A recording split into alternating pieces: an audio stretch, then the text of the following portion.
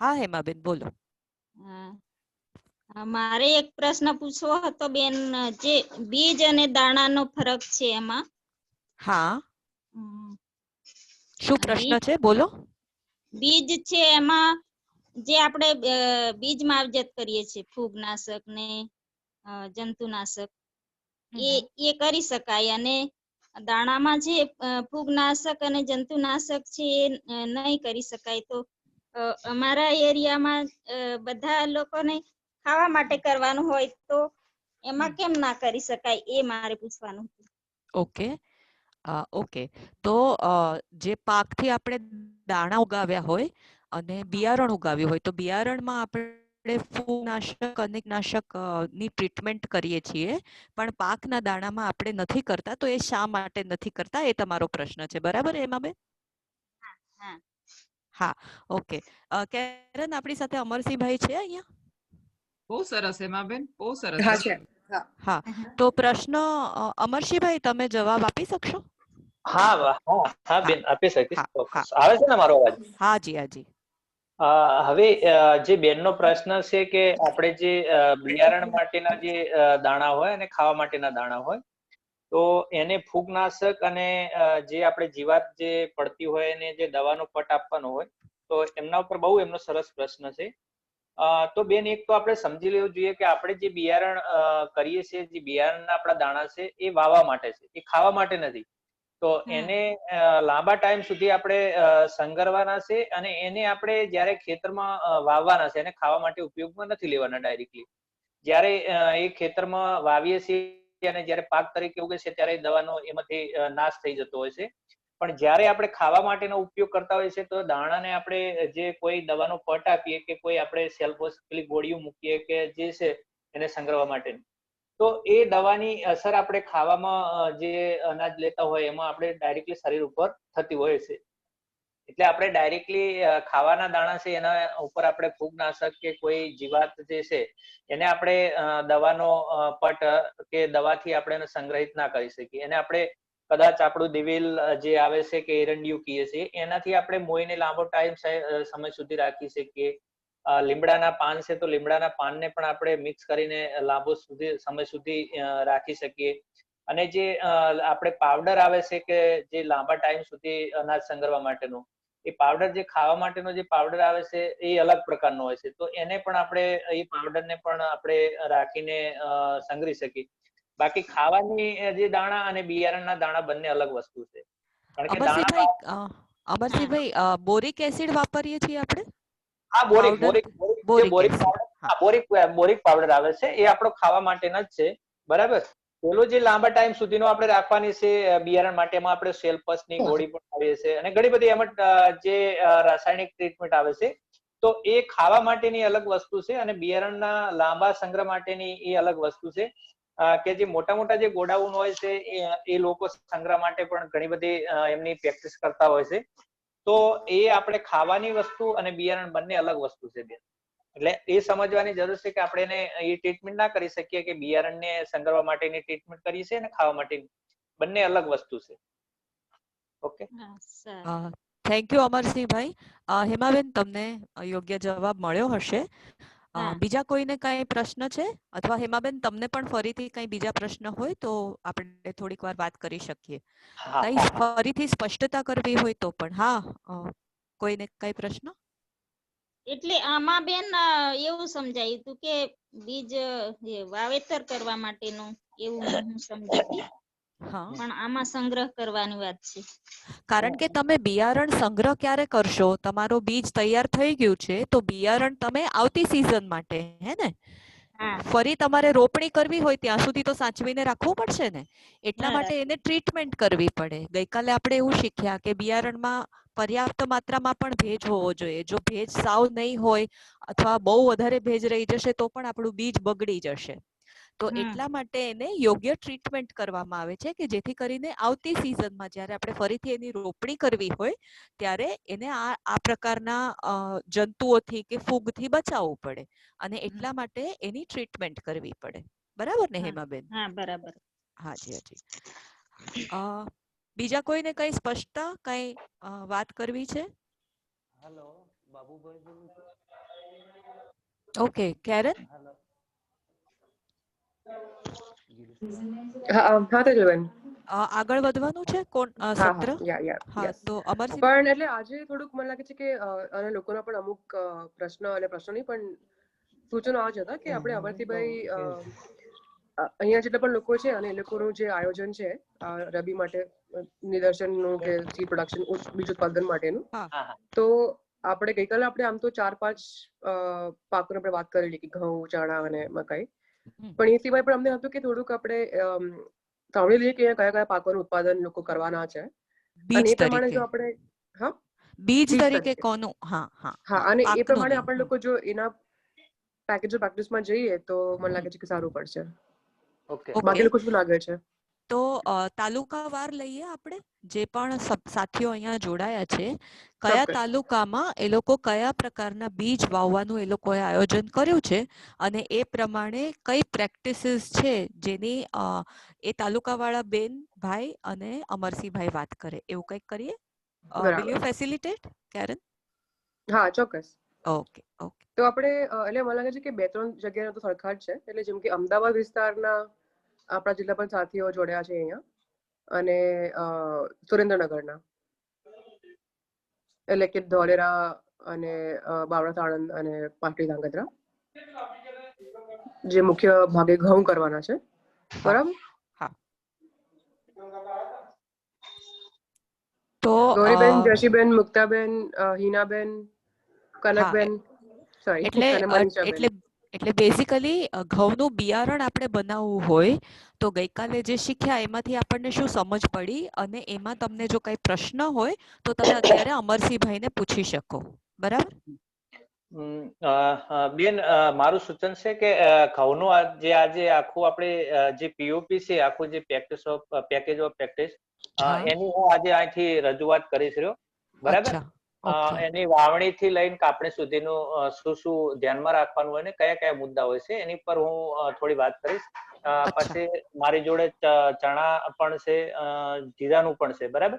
એ હું તમને ફોરવર્ડ કરી દઈશ. આજે હું થોડું ઘઉં પર આપણે ચર્ચા કરી લઈશું અને એ જે છે એ રીતે જ બધા પાકોનું મારી જોડે લિસ્ટ મળી જશે. આપણે આજે ઘઉં પર થોડું વાત કરી લઈશું કે વાવણી થી લઈને કાપણી સુધીની શું આખી આપણી કાળજી રાખવી જોઈએ. ઓકે, કાળજી રાખવી, એના ઉપર આખી વાત કરી લઈશું. ઓકે, તો કેરન વાત કરી. હા, તો અહીંયા એટલે મુખ્ય એટલે બરાબર છે કે ઘઉં છે, જીરું છે, ચણા છે, મકાઈ હશે. ગિરીશભાઈ, તમારો હાથ ઊંચો હતો કદાચ. હા કિરણબેન, મેં હાથ ઊંચો કર્યો તો અન્ય કોઈ? હા અમરસિંહભાઈ, મારું એટલે તમે ઘઉંની પીઓપી વિશે સમજાવશો આજે, પણ બાકીનું તમે શેર કરવાના છો એ વાત તમે કરી છે, પણ એટલે જ્યારે તમે ઘઉંનું પીઓપી સમજાવો ત્યારે માન લો કે એની package of practice first level, second level, third level, એમાં થોડુંક ચણા કે મકાઈ વિશેનું થોડુંક આમ નોર્મલી એડ કરતા જજો તો થોડુંક આમને એટલે મહિલા સખીઓને પણ અને અમને પણ થોડો ખ્યાલ આવી જાય, એટલે આટલું કેવું હતું મારું.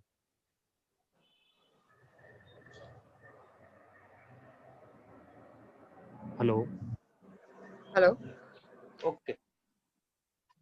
ઓકે. અને આ 4 સિવાય બીજા પણ કોઈ પાક છે?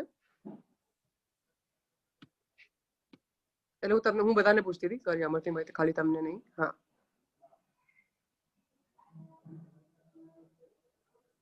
સાથીઓ શારદાબેન, જશુબેન, હેમાબેન, ઘઉં, ચણા, મકાઈ અને જીરું સિવાય કોઈ છે?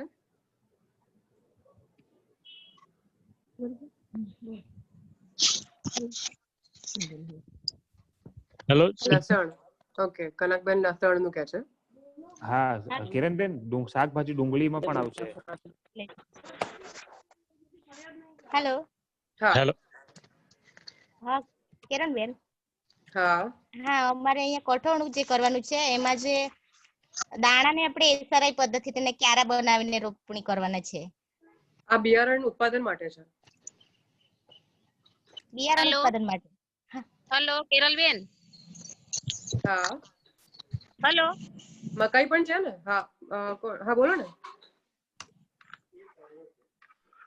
શાકભાજી પછી હેલો બોલો કોણ છે? દરિયાબેન બોલો. સારથી સંસ્થામાં લસણ અને ડુંગળીનું બિયારણ માટેનું અમે ઉત્પાદન કરવાના છીએ, લસણ અને ડુંગળી. ડુંગળી. હા. હેલો, હા બોલો, હેલો બોલીને બોલો નામ સાથે. હેમાબેન બોલું. હા હેમાબેન, દાહોદ.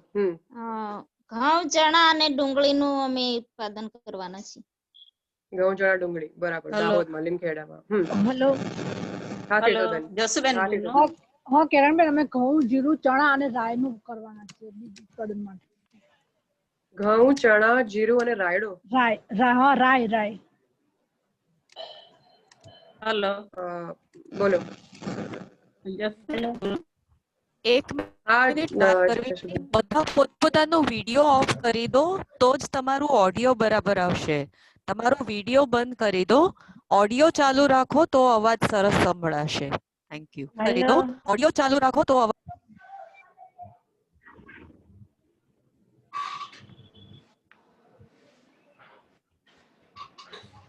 હેલો. હા જશુબેન. હા, અમારે ત્યાં અમે છે ને ઘઉં ને ચણા ને કાળા મગ કરવા માંગીએ છીએ.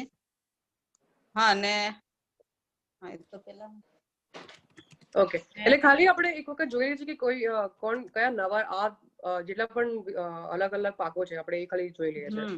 હવે આના સિવાય કોઈ બીજા કોઈ એરિયામાંથી કોઈ અલગ પાક છે જે કરવાના છે આના માટે?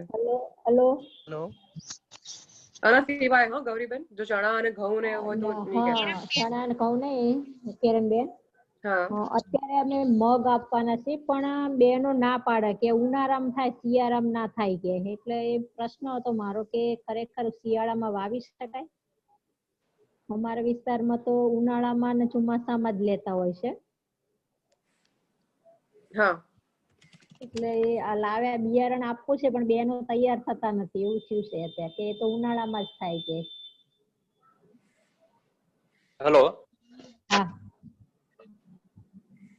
હા મરસીભાઈ.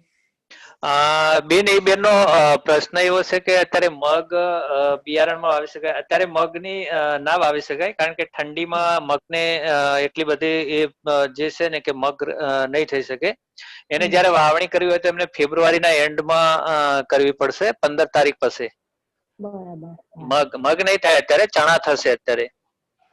અત્યારે તો ઘઉં એક જ બેન ને કરાવવાના હતા એટલે જાગૃતિ બેન બેન માટે વાત કરી હતી પણ એ બેન કે અત્યારે ના થાય, ઉનાળામાં થાય. અને મને પણ સમજ હતી ત્યાં સુધી ઉનાળામાં જ થાય, કાં તો ચોમાસામાં થાય, શિયાળામાં તો ના જ થાય. ઓકે, એટલે નહીં, મગનો નહીં થઈ શકે. ઓકે, એટલે સાણંદ તમારે ગૌરીબેન તમારે બીજું કોઈ જોવું પડશે બરાબર? એટલે ઘઉં તો છે જ પણ તો પછી આપણે ઘઉં કરીએ. 15 લોકોને આપણે કરવાનું છે ને, 15 લોકો સાથે. એ તો આપી જ દીધું, બિયારણ પણ આપી દીધું છે પણ એક બેન ને આપવાના હતા પણ અમે ફેબ્રુઆરીમાં આપશું એવું કરીશું. આના સિવાય કોઈ નર્મદાના વિસ્તારમાંથી ક્યાં તો નવસારીમાંથી કોઈ આ સિવાય કોઈ બીજા કોઈ કરવાના છે જેટલા લખ્યા છે અહીંયા અને જેટલા લોકોએ શેર કર્યું છે એ સિવાય? હેલો કિરલબેન. દરિયાબેન. મહીસાગર, એમ કહું કે જવ અમે જે આ વખતનું જે બિયારણ આપ્યું ને એમાં જવ અને રાયડો આપ્યો હતો. અમે ખાસ તો જવને પણ બિયારણ તરીકે સંઘરવાના છીએ અમે. હેલો. હા દરિયાબેન, બરાબર છે. પણ મને બધાને એક વાત કરવી હતી કે તમારે અત્યાર સુધીમાં જે મહિલા ખેડૂતો કે ભાઈ ખેડૂતો આ બિયારણ કરવાના છે એને ઓળખીને રાખવાના હતા. એના પછી એમની બહુ બધી માહિતી આપણે નિયમિતપણે લેવાની છે. એટલે તમે બધાએ આપી દીધું હોય તો આપણને એ ફોર્મેટ શું શું માહિતી છે એની પણ બહુ જલ્દી વાત કરી લેવી પડશે. તો તમે શું કર્યું છે એ પણ અહીંયા તાલુકા પ્રમાણે વાત કરતા જાઓ કે તમારા તાલુકામાં તમે કેટલા બહેનો ઓળખ્યા અને શું કર્યું એમની સાથે, કયું બિયારણ આપી દીધું, એ કેટલા પ્લોટમાં કરવાના છે, બધી જ માહિતી આપણને જોડશે. હે ને? આપણે એવી રાહ જોતા હતા કે આ તાલીમ પતી જાય એના પછી આપણે નક્કી કરીશું કે કયું બિયારણ કયા બહેનોને કયા તાલુકામાં, અને પછી એનું એક ફોર્મેટ બને જેમાં આપણે એ બધી માહિતીને સમય અનુસાર લેવાની છે. હે ને? તો તમે જેને આપી દીધું છે બિયારણ બહેનોને એની પણ જરાક અહીંયા વાત કરી દો. હેલો. હા, ગોગમમાંથી સુરેશ બોલું. હેલો. હા સુરતભાઈ, સુરેશ બહુ સમય પછી જોડાયો. બધાને happy new year. Happy new year. Sureshbhai બોલો હેપી બોલો. New year. ઓળખાણ પડી? બધાને ઓળખાણ પડી, બોલો. હવે ઘોઘંબાની અંદર અમારે બીજ નિગમ સાથે રહીને ગુજરાત મકાઈ 6 ના બિયારણ પ્લોટ માટેનું કર્યું. 25 એકરનું હતું પ્લાનિંગ, પણ જે ફાઉન્ડેશન બીજ એ ફેલ ગયું, એટલે જે બ્રીડરનું સ્ટેજનું હતું એ રજીસ્ટ્રેશન કરાય છે 15 એકરનું. અને બીજું જે જ્ઞાન સંસ્થા સાથે રહીને ગાજર, રાયડા અને ફુલેવાની ટ્રાયબેજ ડુંગળી એ અત્યારે છે ઘઉં એટલું છે. અને બીજું બિયારણ જે નિગમ સાથે બીજી વેરાયટી હતી પણ ઉપલબ્ધ નથી એટલે એ થઈ નહીં. પણ જે લીમખેડા થી ગુજરાત 3 ની મકાઈ ફાઉન્ડેશન સ્ટેજની હતી અને ખરીફ ઋતુની અંદર બિયારણ આપેલું, તો એમને ખેડૂતો સાથેનું એ ટ્રાય બેઝ પર છે આયોજન. હા, એટલે સુરેશભાઈ અહીંયા આ જે બીજ સ્વરાજ હેઠળ જે આપણે કરવાના છીએ, જે અત્યારે આયોજન 5 મહિના સુધીનું છે, આ નવેમ્બર થી લઈને માર્ચ સુધી, તો એમાં આપણે એવું આયોજન કરવાનું હતું કે જેમાં એક ગામમાં આપણે 5 બહેનો ઓળખવાના હતા. 1 મિનિટ. સોરી હા સોરી. તો એમાં એવું હતું કે 5 ગામ લઈને 3 મહિલા ખેડૂતો અથવા ખેડૂતો સાથે આ બીજ નું કામ કરવાનું હતું. અને એ આપણે રવિ સિઝનમાં, એટલે કે અત્યારની જે ઋતુ છે એમાં વાવવાનું હતું. અને એમાં જે તમે લોકો નક્કી કરો એ પ્રમાણેના બિયારણ કરવાના હતા.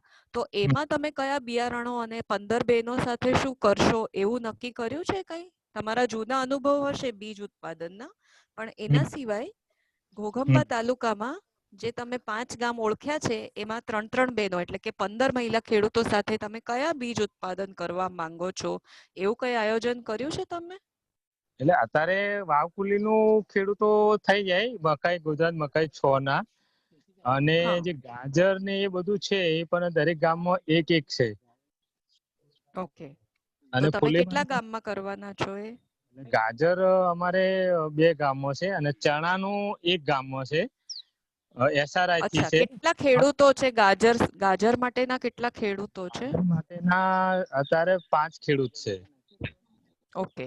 તો આપણે થોડુંક અમરસિંહભાઈને પણ પૂછીએ કે શાકભાજીનું થઈ શકશે બિયારણ પ્લોટ તરીકે? અમરસિંહભાઈ. અને આ જે છે ને સેજલબેન, ખાસ આપણે પેલું જ્ઞાન સંસ્થાનું જે ખેડૂતોએ તૈયાર કરેલું બિયારણ નો સપોર્ટ મળેલો છે. એટલે એને બિયારણ માં કઈ રીતના લેવાય એ બહુ જરૂરી છે. હા.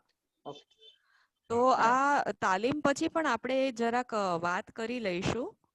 પણ અહીંયા થોડીક જુદી રીતની પણ વાત હતી. તો પહેલા એવું વિચાર્યું હતું કે શાકભાજીનું બિયારણ ઉછેરવું થોડુંક અઘરું છે, એટલે કદાચ આપણે લઈ શકીએ કે નહીં લઈ શકીએ એવું નિર્ણય લેવાનું હતું. એવો નિર્ણય લીધો નથી આપણે. અમરસિંહભાઈ, તમે કહી શકશો ગાજરનું બિયારણ આપણે ઉત્પાદન કરી શકીએ? બેન, કરી શકાય, પણ જે આ મને અત્યારે જે લાગે છે ને ઘણું બધું વેચાયેલું છે. ઘણું બધા આપણે સ્પેસિફિક મને લાગે છે કે 3-4 જે કોમ્યુનિટી છે એને ફાઇનલ કરવાની જરૂર લાગે છે. કે એક જગ્યાએથી બીજી જગ્યાએ પણ જયારે બિયારણ આપણે ઉત્પાદન કરશું તો પેલા ત્યાં માર્કેટ છે કે નહીં એ જોવું પડશે. કે ઉત્પાદન તો કરી લેશું પણ એનું માર્કેટ આપણી પાસે અવેલેબલ છે કે નહીં. ધારો કે ગાજરનું કરી દીધું, હવે ફુલાવરનો બહુ જ ટેકનિકલ બાબતો હોય છે ફુલાવરમાં, બરાબર? તો ફુલાવરનું સીડ્સ તો હવે સિજન્ટા જેવી કંપની જ કરતી હોય છે, કોઈ લોકલ કંપની તો અહીં કરતી જ નથી. તો એ ટેકનિકલ બાબતો આપણે જાણવાની જરૂર છે કે ફુલાવરમાં આપણે જશું તો ફુલાવરનું બિયારણ આપણે કઈ કઈ બાબતો ધ્યાનમાં રાખશું. તો મને લાગતું નથી કે આપણે ફુલાવરમાં એમાં જવું જોઈએ અત્યારે.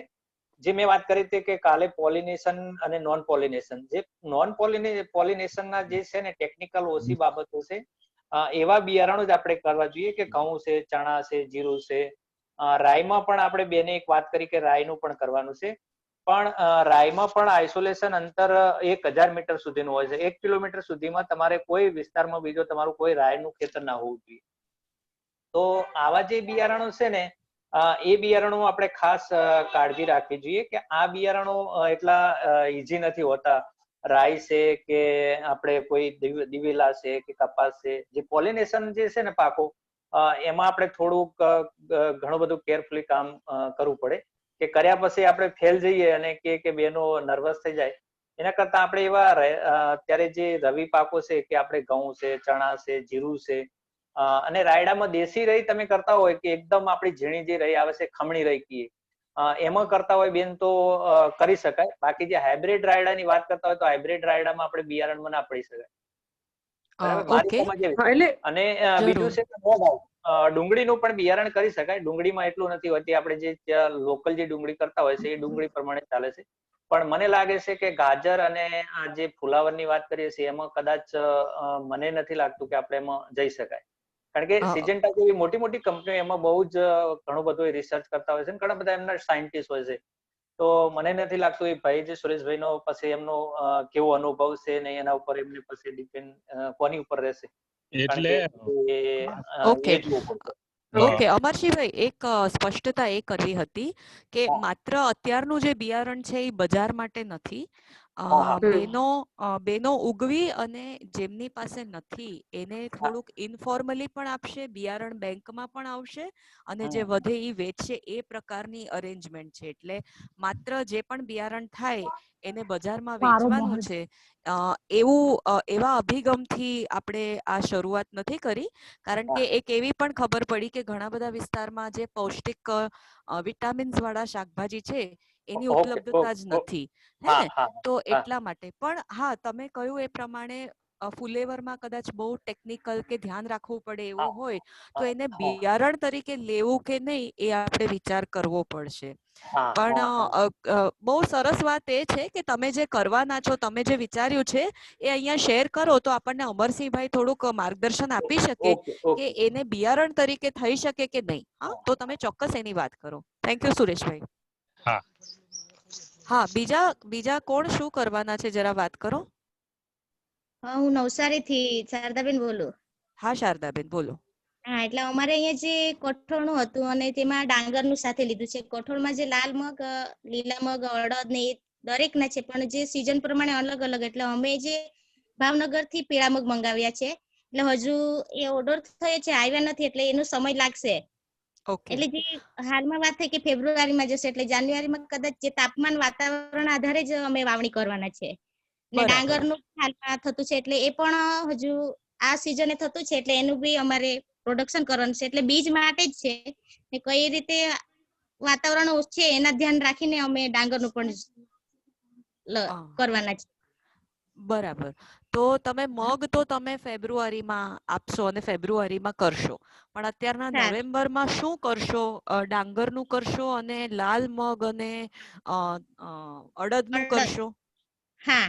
ઓકે, તો અમરસિંહભાઈ ને પૂછીએ એ થઈ શકે કે નહીં? અને સાથે લાલ મકાઈ પણ કરવાના છે, તો થોડું અમરસિંહભાઈ અમને કદાચ એના માટે સજેશન આપશે તો સારું.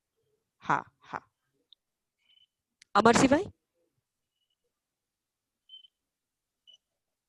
અમરસિંહભાઈ છો? હા, હેલો. હા, તો એ નવસારીમાં એ લોકો લાલ મગ, લાલ મકાઈ અને અડદ કરવાના છે અત્યારના નવેમ્બરમાં, આ મહિનામાં. તો એ થઈ શકે કે નહીં બિયારણ તરીકે? બેન, મગ ને અડદમાં મકાઈ થઈ શકશે, મગ ને અડદ નહીં થઈ શકે, કારણ કે એને ફેબ્રુઆરીમાં જ લઈ જવું પડે. એ પાક છે ને એ બિલકુલ ઠંડીની સામે નથી ટકી શકતો. એટલે જયારે થોડું ટેમ્પરેચર આવે ને કે 25 થી 30 જયારે ઉપર જાય તો પછી એને આપણે કરી શકીએ. કારણ કે હવે ઠંડી આવવાની, એટલે ઠંડીમાં કદાચ અડદને અને મગને ના લઈ શકાય, એને ફેબ્રુઆરીમાં લઈ જવું પડે આપણે. ઉનાળુ અને ખરીફમાં બંને લઈ શકશે. Okay okay. હા, તો મારા એક બીજો પ્રશ્ન કે જે મસૂર કરવાનો હોય તો એના માટે? હેલો. મસૂર પાક તરીકે કે બિયારણ તરીકે? હા, એટલે એમાં પણ મસૂર છે જે લોકલ વેરાયટી છે, તો એનું હા, એટલે પાક કરવાના છો મસૂર કે બિયારણ કરવાના છો? બિયારણ પણ કરવાના છે. ઓકે, મસૂર. ઓકે. હા, તો મસૂર ને પણ ફેબ્રુઆરીમાં લઈ જઈ શકાય. તમે અત્યારે ચણા લઈ શકો, તો પછી તમે વટાણા છે તો વટાણા પણ લઈ શકો. જે અલગ અલગ એ પાકોને લઈ શકો. મસૂર ને પણ આપણે એને કઠોળ સાથે લઈ જઈએ કે ફેબ્રુઆરીમાં લઈ શકીએ ને.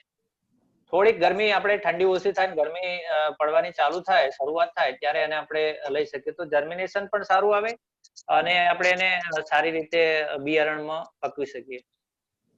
Okay, thank you Shardaben.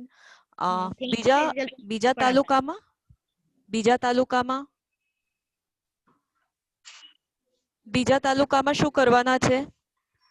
Hello, હા બોલો બોલો. હા જસુબેન બોલું. હા બોલો જસુબેન. હા તો અમારે ચણા ને ઘઉં છે. ઓકે. બિયારણ માટે. હા તો ચણા ને ઘઉં તો અત્યારે થઈ શકશે અને એ કઈ રીતે એમાં પીઓપી એટલે પેકેજ ઓફ પ્રેક્ટિસ માં શું ધ્યાન રાખવાનું એની વાત તો અમરસિંહભાઈ કરવાના છે. એના સિવાય કોઈ બિયારણ તમે પ્લાન કર્યું છે? અમે કાળા મગ નું થોડુંક ધ્યાન કરીએ છીએ. કાળા મગ થાય કે અત્યારે? હા અમરસિંહભાઈ.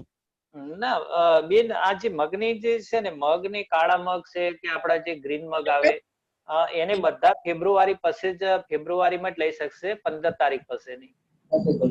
હેલો. હા હેલો. હેલો બોલો. ભાનુબેન બોલો. હા ભાનુબેન બોલું છું. સેજલબેન બોલો બોલો.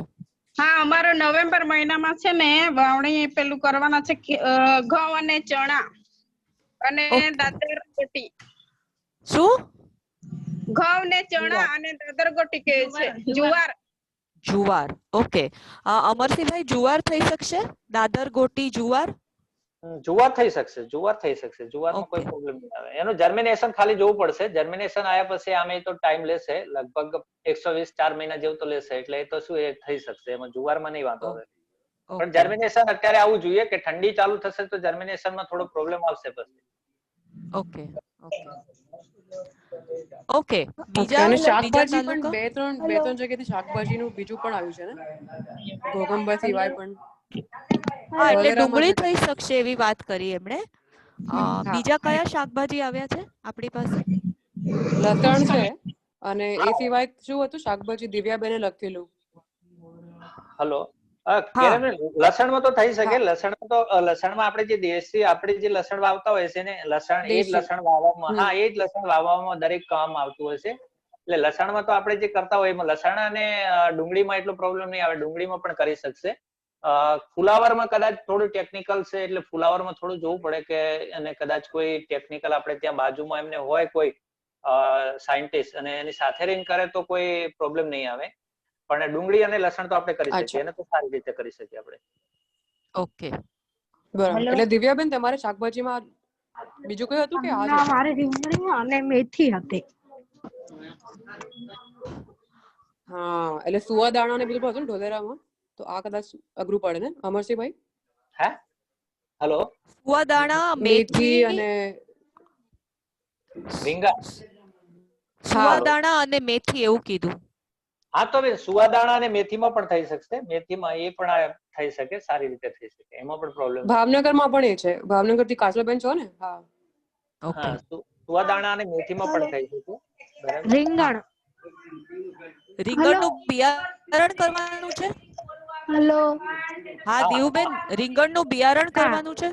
ના ના બિયારણ નથી કરવાનું. હા તો આપણે બિયારણની વાત કરીએ છીએ. પાક કરવાની વાત નથી કરતા.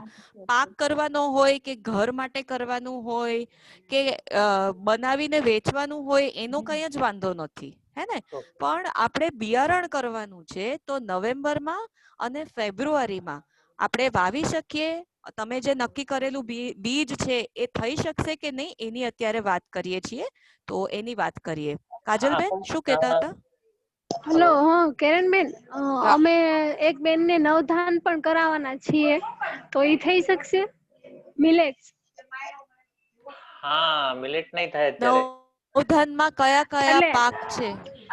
એમાં તો આપણે કાંગ છે પછી લાલ નાગલી છે કાળી અને સફેદ બંને વરાય છે અને પાદળું છે. હેલો. તો ઈ એટલે ગયા વર્ષે અમે અમરસિંહભાઈ થઈ શકે આ બધું? થઈ શકે પણ અત્યારે હવે જે આવવાનું ને આ જે પ્રશ્ન છે ને એ લેટ થોડો પડી જવાનો કારણ કે હવે જે ઠંડી આવશે એટલે જર્મિનેશન નો પ્રોબ્લેમ રહેવાનો બધામાં. કારણ કે જર્મિનેશન નો પ્રોબ્લેમ આવે ને એટલે આ લોકો ઓછું એમાંથી જેટલું 100% જયારે વાવશે ત્યારે 50% જર્મિનેશન આવશે. આ વસ્તુ બધી છે ને ફેબ્રુઆરી પછી તમે લઈ જઈ શકો કે આપણે જૂનમાં પણ જૂન જુલાઈમાં પણ વાવી શકો. ના એટલે ગયા વર્ષે અમે શિયાળામાં જ કર્યું હતું તો અમને રિઝલ્ટ થોડુંક સારું મળ્યું હતું, તો આ વર્ષે કરવાનો આમ પ્રયાસ કર્યો છે અમે, વિચાર કર્યો છે. હા, ગયા વર્ષે કર્યું હતું અમે. હા, અત્યારે પણ વાવી દેશો તો હજુ થોડું ટેમ્પરેચર છે એટલે જર્મિનેશન આવી જશે, બરાબર. તો પણ અત્યારે વાવી દેવું જોઈએ. હવે કે તમે ડિસેમ્બર માં એને લઈ જાઓ કે ડિસેમ્બર 15 તારીખ તો થોડો પ્રોબ્લેમ થશે પછી. જર્મિનેશન આવી જાય પછી પ્રોબ્લેમ નહીં થાય. હા હા, ઓકે. અને કોઈકનો અજમો પણ છે એટલે અજમોને પણ વાંધો નહીં આવે ને? હા બેન, અજમો પણ લેટ પડી જાય. અજમો હશે તો લેટ પડશે, કારણ કે અજમો શું પાછળ બહુ ટાઈમ લેશે. એનો લગભગ તમે 130, 35, 40 દિવસ ગણી લેવાના. તો કદાચ હવે જો વાવેતર કરવાનું હોય તો ના કરી શકાય, કારણ કે એ પછી બહુ લેટ પડી જશે. કારણ કે પછી એને કોઈ, ધારો કે કોઈ રંજાડ નથી, જંગલી પ્રાણી કે એના જે આપણે ઢોર છે, તો એ પછી લઈ શકાય કે લેટ એનો ઘણા ઉભો રહેશે તો ચાલશે, તો લઈ શકાય. બાકી શું લેટ પડી જાય એને ઓક્ટોબર 15 પહેલા તો અજમાને વાવી દેવું જોઈએ, પણ લેટ પડી જાય પછી અત્યારે જો કરવાનું હોય તો. બરાબર. કનકબેન સાંભળીએ કીધું? કનકબેન તમારે હતું ને અજમો નો વિચાર? હેલો. હા, બીજા કોઈને કઈ પ્રશ્ન છે? હાલો કિરણબેન. બોલો હિનાબેન. બોલો હિનાબેન. અમારે લસણ, વટાણા, મેથી, ચણા અને ધાણા. બરાબર. હેલો. હા, એક મિનિટ. હા, એક મિનિટ. હા, એક મિનિટ તેજલબેન. અમરસિંહભાઈ. લસણ, ચણા, મેથી, ધાણા. હા, આ જે વસ્તુ થઈ શકશે, પણ હવે ઘણું બધું અત્યારે જે હવેની પરિસ્થિતિ એને કે નવેમ્બર આખો પૂરો થવા, આજે નવેમ્બર ની લગભગ 24 તારીખ થઈ. ના, વાવી દીધું. વાવી દીધું ને તો બેન થઈ શકશે. હા, તો થઈ જશે, બધું થઈ શકશે. વાવી દીધું. થઈ શકશે. વાવણી થઈ ગઈ. Okay okay okay.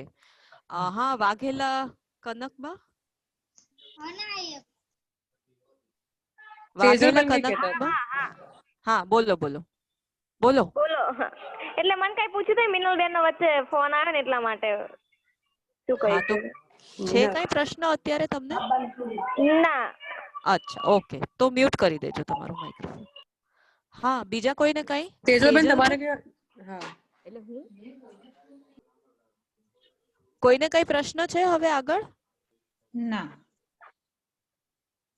ઓકે.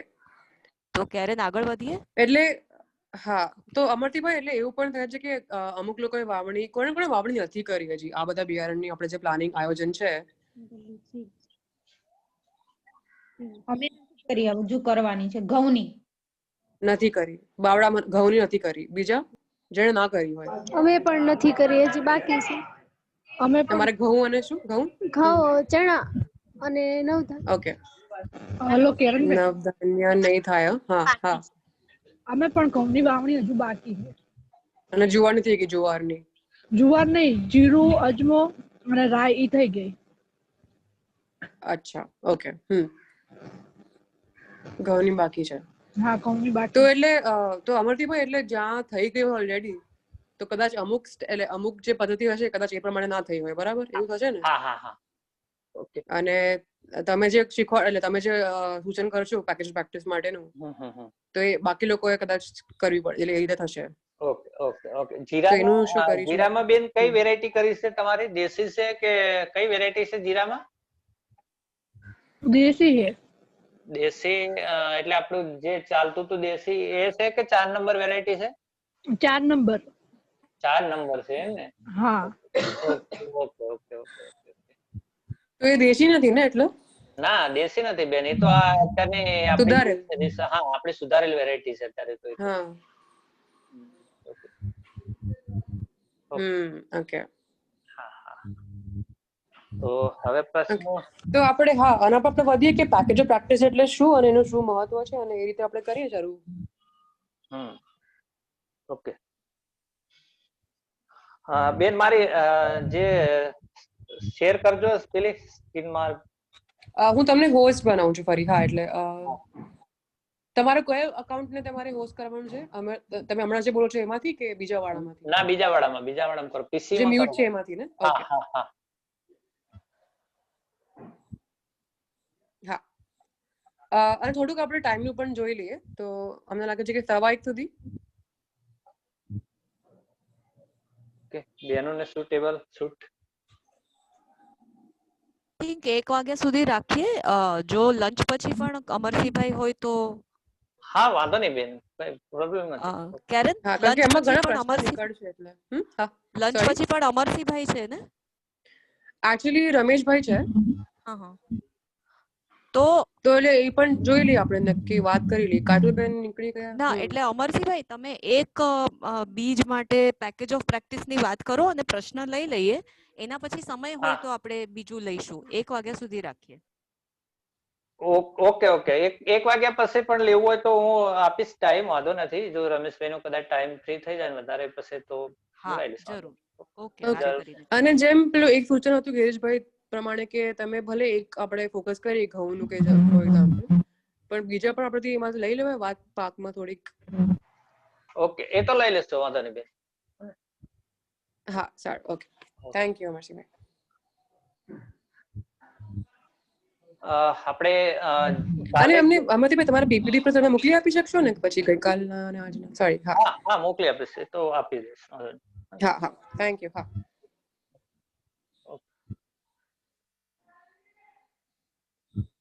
એટલે એની મદદ જોઈએ છે કે ઘણા લોકો સ્ટેપ વાઇઝ એને શું કરવું પડશે, આપણે એના પર જ ફોકસ કરીએ. બરાબર? ઓકે. બરાબર. તો આપણે કાલે નવા જાતોના બિયારણ ઉત્પાદન જે કરવાનું હતું એ તો આપણે શીખી લીધું હતું. પછી એક હતું બીજ પ્લોટનું નિરીક્ષણ. તો આપણે વારંવાર જ્યારે બિયારણ કરતા હોય તો બિયારણના પ્લોટની વારંવાર એની જે નિરીક્ષણ કરવું જરૂરી છે. કે જ્યારે વાવણી માટે જ્યારે બિયારણ આપણે ખેડૂત વાવતા હોય ત્યારે ત્યાં પણ આપણે કદાચ હાજર રહી અને એને જે બીજ માવજત કરવાની છે એ બીજ માવજત માટે પણ આપણે ત્યાં હાજર રહેવું જોઈએ. ફોટો અલગ ફોટા તમને અહીંથી બતાવીશ તો એટલે ફોટા પર વધારે ખ્યાલ આવશે.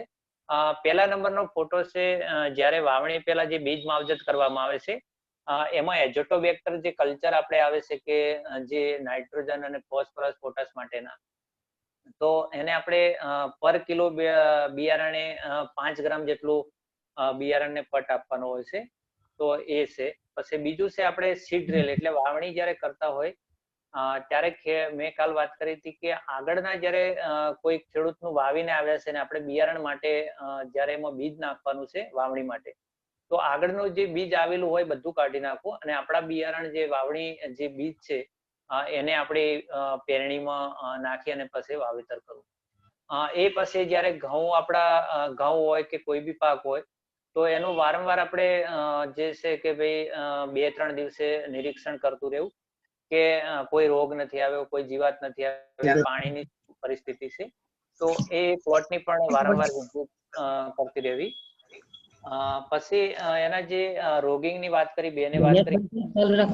નેટ ચાલુ રાખો. હેલો.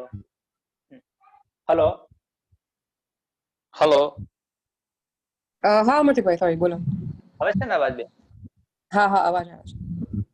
તો આપણે જે વારંવાર બિયારણ જે પ્લોટ હોય એની વિઝિટ આપણે આજે ઘઉંનું જોઈએ છે, પણ ઘઉં હોય, ચણા હોય કે કોઈ બી બીજો આપણો પાક હોય, જીરું હોય, તો જ્યારે બિયારણ પ્લોટની વિઝિટ કરીએ તો ખાસ કરીને ત્યાં રોગ જીવાતનું પણ જોવું કે રોગ નથી, જીવાત છે કે નથી. ત્યારે રોગ જીવાત હોય તો એ છોડને ઉપાડીને આપણે એનો નાશ કરી દેવો જોઈએ. બીજું છે કે જ્યારે એને ઊંબી કે જ્યારે આપણે એના દાણા ભરાવાની શરૂઆત થાય ત્યારે આપણું મેન જે બિયારણ હશે એના કરતા અલગ બીજા પણ છોડ એમાં હશે. ધારો કે આપણે ઘઉંની વાત કરીએ, 496 વેરાયટી છે, એની સાથે 5% જેટલું બીજા પણ બિયારણો આવતા હોય છે, લોક વન છે કે કોઈ બી બીજી વેરાયટી આવતી હોય, તો એ જે મેન આપણી જાત છે એનાથી અલગ પ્રકારની એના છોડ હશે, એના જે શુદ્ધતા છે એ પણ અલગ પ્રકારની હશે.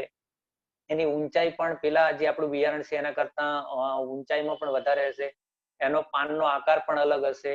તો એવા જે જુદા પડતા હોય એ છોડને આપણે તે ખેતરમાંથી દૂર કરી દેવા. અને એ ખેતરમાંથી બહાર કાઢી આપણે એને કદાચ સળગાવી પણ દેવા, પણ ત્યાં આપણે બારે કાઢી અને એને ખેતરની બહાર નાખી દેવા.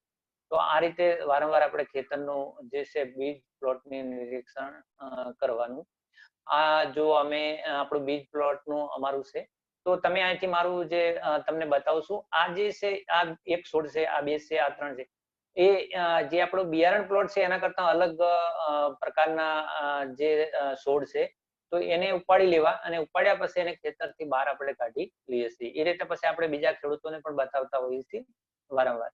આ જે 4 નંબરનો ફોટો છે એમાં બીજ આપણે જે છે એમાં રોગિંગ કરતા ફોટો છે. અમારા બહેનો જે મજૂર છે એમના દ્વારા અમે રોગિંગ કરાવી છે, અને એમાંથી જે ઘાસ છે કે બીજું કોઈ છે એમાંથી બધું અમે દૂર કરાવી લેતા હોય છે. એટલે સતત આપણે બીજ પ્લોટનું નિરીક્ષણ, આપણો જે મેન પાક છે જે બિયારણ છે એના કરતા જે બીજા છોડ હોય એને આપણે દૂર કરી લઈએ, એને રોગિંગ કહીએ છીએ આપણે.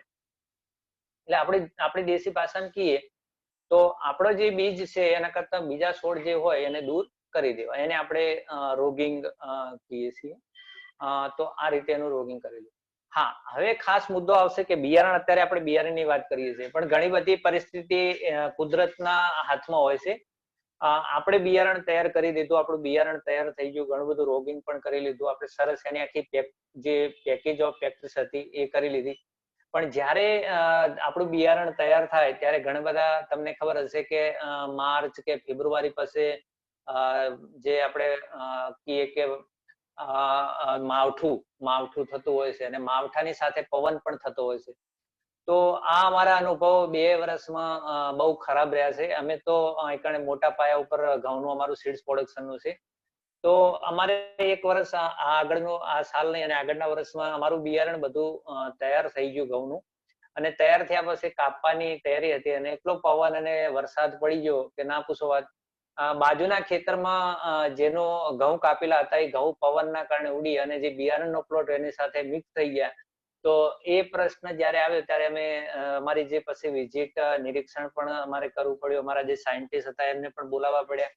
આ ખેડૂતો સાથે અમારે એના ઉપર ઘણો બધો વિચાર પછી કરવો પડ્યો, અને એની સાથે બેઠકો કરવી પડી, અને અમે એ બિયારણ પ્લોટને પછી ફેલ ગણ્યો, કારણ કે એક બિયારણ આપણું હતું એની સાથે બીજું જે ઘઉંના હતા એ ભળી ગયું. એટલે આપણે તો આ પણ આપણે ખાસ એ કાળજી પણ રાખવી પડે કે કુદરતી ક્યારેય એનું વાતાવરણ બદલાય તો એ પણ આપણે એક ચેલેન્જ છે આપણા માટે. તો આ રીતે અલગ અલગ, તો આ જે છે બિયારણનો મારો પ્લોટ તૈયાર હતો, એની સાથે બીજા જે ખેતરના હતા એ ઉડીને ઘઉં પડી જાય એટલે અમે એને ત્યાંથી કેન્સલ કર્યું. એટલે એ પણ આપણે જોવું પડે કે આપણે બાજુના ખેતરમાં કાપેલું પડ્યું અને આપણું ખેતર કાપવાનું બાકી છે, અને પવન થયો ને આપણા ખેતરમાં છોડ આવી જાય તો એને આપણે પછી બિયારણ તરીકે ના લેવું. બરાબર. આ ચણાનો અમારો પ્લોટ છે બિયારણનો એ રીતે, તો ખાસ આપણે કાળજી રાખવી. જીરું છે, આ જે છે અમારું એક SWI પદ્ધતિ છે. આપણે ઘઉંના જે ચોપીને પણ વાવણી કરી છે. આપણે અમુક વેરાયટી એવી છે કે તમે એને ફૂટ વધારે થતી હોય, કે ધારો કે બંસી વેરાયટી છે, તો બંસી વેરાયટીમાં આપણે એને આપણે ધારો કે વીઘાએ 40 કિલો કે 30 કિલો બે બિયારણ વાવતા હોય તો એને 20 કિલો જ બિયારણની જરૂર પડતી હોય, પણ ખેડૂતો ઘણું બધું જાડું વાવતા હોય તો એનો રિઝલ્ટ ખરાબ મળતું હોય છે. આ જે છે આપણે બેગ છે કે જે વાત કરતા હતા કે સર્ટિફાઈડ બિયારણ અને આપણું લોકલ જે TF કરવાના છે એ બિયારણની બેગ છે, કે આમાં લખ્યું છે કે ઘઉંનું ભરોસાપાત્ર બિયારણ, એટલે વિશ્વાસપાત્ર આપણું બિયારણ છે, આપણે એને કોઈ રજીસ્ટ્રેશન નથી કરાવતા. તો એ કોથળી આપણે એ રીતે તૈયાર કરી શકીએ. અને ધારો કે 30 કિલો આપણે ખેડૂત વીઘે વાવે છે તો 30 કિલોની બેગ અને આપણે કરી શકીએ. આ જીરું 4 નંબરનો પ્લોટ છે બિયારણનો, તો તમે જુઓ કે એકદમ કોઈ બીજો છોડ નહીં, એક સરખું બિયારણનો પ્લોટ છે. તો એ રીતે આપણે વારંવાર ચેક કરતા રહેવું. બીજો આવશે કે પછી આપણો જયારે પાક તૈયાર થાય અને કાપણી અને થ્રેસિંગ અને ગ્રેડિંગ, તો એ વખતે ખાસ આપણે કાળજી રાખવાની છે કે કાપણી કર્યા પછી બીજા કોઈ ખેતરનું આપણી સાથે બિયારણ મિક્સ કે કોઈ બીજા એને પવનના કારણે ના આવી જાય જોવું. બીજું કે થ્રેસિંગ કરતા હોય તો થ્રેસિંગ વખતે જયારે કોઈ તમે થ્રેસર લાવો છો, બહારથી મંગાવો છો, અને થ્રેસર બહારથી લાવો છો અને જયારે એ બીજા ખેડૂતનું ઘઉં છે તો કાઢીને આવે છે, તો એ લોકલ હશે તો એ આપણે ખાવા માટેના ઘઉં હશે ને આપણું બિયારણ છે, તો એ જયારે થ્રેસિંગ આવે તમારે ત્યારે એમાંથી 1 બોરી જેટલા એટલે 100 કિલો જેટલા ઘઉં અલગથી લઈ લેવા. અને પછી જે આપણા બિયારણના ઘઉં હોય એને અલગ રાખી દેવા. એ રીતે આપણે બિયારણને થ્રેસિંગ વખતે પણ કાળજી રાખવી અને બધું જ આગળનું જે બિયારણ હોય એને કાઢી લેવું. એટલે ધારો કે આપણે 50-60 કિલો બિયારણ અલગથી આગળનું જે ચાલુ કરીએ એ પહેલા કાઢી લેવું અને પછી આપણે અલગથી એને પેકિંગ આપણા જે કોથળા છે એ ભરવા.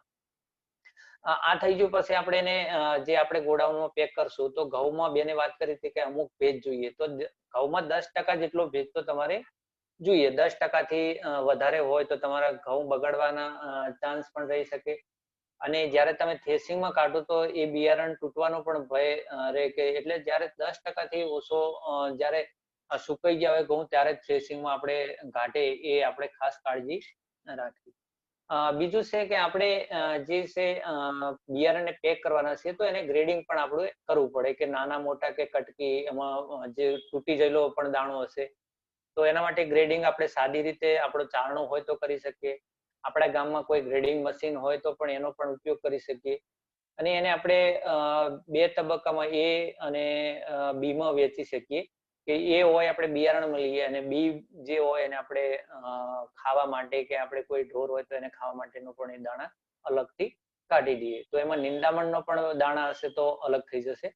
તો હું તમને આ જે છે ફોટો આપણો જે ગ્રેડિંગ મશીન અમારી જોડે આવા 3 ગ્રેડિંગ મશીન છે સાદા જે અમે ગામ લેવલે જઈને ખેડૂતોના ગ્રેડિંગ કરીએ છીએ. એમાં કોમર્શિયલ ઘઉં હોય તો પણ કરીએ છીએ અને બિયારણ હોય તો બિયારણનું ધારો કે ટીએફ કર્યું છે અને ખેડૂત ગામ લેવલે જ એને કરવાનું છે તો આ રીતે ગામ લેવલે અમે કરતા હોઈએ છીએ. અને બીજું છે કે આ બધો મોટો પ્લાન્ટ છે. આ જે અમારા 200 ટનનું 200-300 ટન જે ઘઉં અમે ઉત્પાદન કરીએ છીએ એ કોઈ આવા ગ્રેડિંગમાં નહીં પણ એ તો આખું વોટર સિસ્ટમ થી જ અમે એને કરીએ છીએ. એને સાચવવાનું ને એ બધું વોટર સિસ્ટમ થી કરીએ છીએ. તો આ જે છે અત્યાર સુધીનો આપણો પેકિંગ ગ્રેડિંગ અને એની વાત થઈ. હવે આપણે જશું સીધા એનો જે આખી પીઓપી છે એના ઉપરની વાત કરશું. અમરસિંહભાઈ, હા બેન, એક પ્રશ્ન આવ્યો છે દીવુબેનનો કે ગ્રેડિંગ એટલે શું, એ જરા સમજાવી શકશો આપ? હા ઓકે. હવે ગ્રેડિંગ એટલે શું કે આપણે ખબર હશે કે માર્કેટમાં જઈએ તો આપણે બટાકા કે ડુંગળી હોય તો નાના મોટી ડુંગળી આપણને જોવા મળે અને ભાવ પણ અલગ અલગ હોય કે મોટું જે આપણે ધારો કે 15 mm નું સાઈઝ નું બટાકું હોય તો એ બટાકાના અલગ એનું ગ્રેડિંગ હોય. પછી એથી નાનું હોય તો એથી ધારો કે 12 mm નું હોય તો એનું ઓછું હોય. પછી એથી 7 mm આપણે ગોલી કહીએ એકદમ નાનું. તો એ રીતે આપણે જે બિયારણ કરતા હોય તો બિયારણમાં પણ જે છે કે દાણો એક સરખો ના હોય, એમાં પણ નાનો મોટો દાણો હોય. તૂટીલો પણ એમાં દાણો હોય કે ખેસરમાં આપણે જયારે નાખ્યું હોય ત્યારે એને દાણો ભાગી ગયો હોય. એમાં માટી હોય, નિંદામણ હોય, નિંદામણના પણ બીજ આવેલા હોય સાથે. જયારે આપણે બિયારણ માટે એને પેક કરીએ છીએ ત્યારે એને ગ્રેડિંગ કરીએ એટલે ગ્રેડિંગમાં આપણો જે સારો એકદમ ચોખ્ખો દાણો હશે એ ક્વોલિટીનો જે કહેવાય એ અલગ થઈ જશે. અને બીજું હશે કે આપણો માટી હશે કે કોઈ નિંદામણ બિયારણ હશે કે કોઈ તૂટેલો દાણો હશે એ અલગ થઈ જશે. એટલે 2 ગ્રેડમાં 3 ગ્રેડ પડશે એમાં. એક તો એ છે આપણો એકદમ ચોખ્ખો સારો દાણો આવશે જે આપણે બિયારણમાં વપરાશ કરી શકશું. બીજો એથી નાનો દાણો હશે કે એમાં એકદમ નાનો દાણો હશે, ઝીણો ભાગી ગયેલો હશે, તૂટી ગયેલો દાણો હશે એ હશે. અને ત્રીજું હશે કે માટીને જે હશે એની સાથે જે કસ્તર હશે, નિંદામણનું બીજ હશે એ અલગ થઈ જશે. તો આપણે જે ગ્રેડિંગ એને ચોક્કસ બિયારણ કરતા હોય તો કરવું જોઈએ કારણ કે આ બધી વસ્તુ ટેકનિકલ છે. જ્યારે તમે વાવી દો એમને તો નિંદામણના બીજ સાથે આવી જાય તો એ ખેતરમાં આપણા જે પાક હોય, તમને વાત કરું કે કદાચ તમને ઘઉં એટલે ગુલ્લી દંડા કરીને એક નિંદામણ આવે છે જે ઘઉં જેવું અને આપણે બાજરી જેવું જ હોય. એ ઘઉંનો એકદમ દુશ્મન નિંદામણ કહેવાય. જો એનું બિયારણ આવી જાય તો અમે ઘણા બધા એવા પ્લોટ પણ ફેલ થયા છે અને જે એગ્રીકલ્ચર યુનિવર્સિટી છે એને પણ ભલામણ કરી છે કે આ જે કદાચ નિંદામણ આવે તો ઘઉંનો એ ખેતરમાં બિયારણનો પ્લોટ ના કરવો. તો આને ગ્રેડિંગ કરવું અવશ્ય જરૂરી છે કે આપણું જે બિયારણ છે એને A-B-C માં લઈ જવું અને એમાં જે નીકળ્યું સારું બિયારણ નીકળ્યું એને આપણે ખેડૂતને આપી શકીએ અને વાવેતર માટે ઉપયોગમાં લઈ શકીએ. એને આપણે ગ્રેડિંગ કહીએ છીએ. આ જે છે આ પ્લાન બધા ઓટો પ્લાન છે. હા બેન. મને વાત કરવી હતી. દેવુબેન તમને સંભળાયું? ગ્રેડિંગ એટલે શું એ સમજાણું તમને? હા હા સમજાય સમજાઈ ગયું ને? Okay okay okay. હા અમરસિંહભાઈ. તો આ જે વાત હતી તો એ આપણે અત્યાર સુધી કરી છે. તો એક ખાલી મારી જોડે એક નાનો એવો વિડીયો છે, હું તમને એની પર થોડું ખાલી કે ગ્રેડિંગ નો કઈ રીતે હોય છે એ કહી દઈશ કે આ જો એક આખું જે અમે કરીએ છીએ એ અલગ પદ્ધતિ છે, અને અત્યારે જે અમારું જે છે અત્યારે અમારું મોટા લોટ ઉપર છે કે 300 થી 400 500 ટન નું અમારું હોય છે. તો આ બધું અમારું ઓટો સિસ્ટમ હોય છે. તો આ એક આપણું અમારું બિયારણનો જે છે કે અમે કઈ રીતે સ્ટોર કરીએ છીએ, એને કઈ રીતે પછી આખું પ્રોસેસ કરીએ છીએ. આ તમને દેખાય છે અહીંથી અમારા ઘઉંના જે છે ઓટો સિસ્ટમ છે. અહીંથી ઘઉં તમે નાખો તો ઉપર સીધું જે ઉપાડી લેશે અને ઉપાડીને સીધું મશીનમાં નાખી દેશે. તો એ આખું ઓટો સિસ્ટમ છે કે આ રીતે આખી અમારી જે સ્ટોરેજ ની આખી જે છે એ સ્ટોરેજ આ રીતે અમારું થાય છે. અને લગભગ ત્યાં 1 લાખ બોરીનું અમારું સ્ટોરેજ હોય છે. તો એ આખું ઓટો સિસ્ટમ થી પણ અમે કરીએ છીએ. તો આ ઘણું બધું જે વાત છે બિયારણની છે એને આખું ઓટો સિસ્ટમ થી જ કરીએ છીએ અમે, મશીન થી જ છે બધું.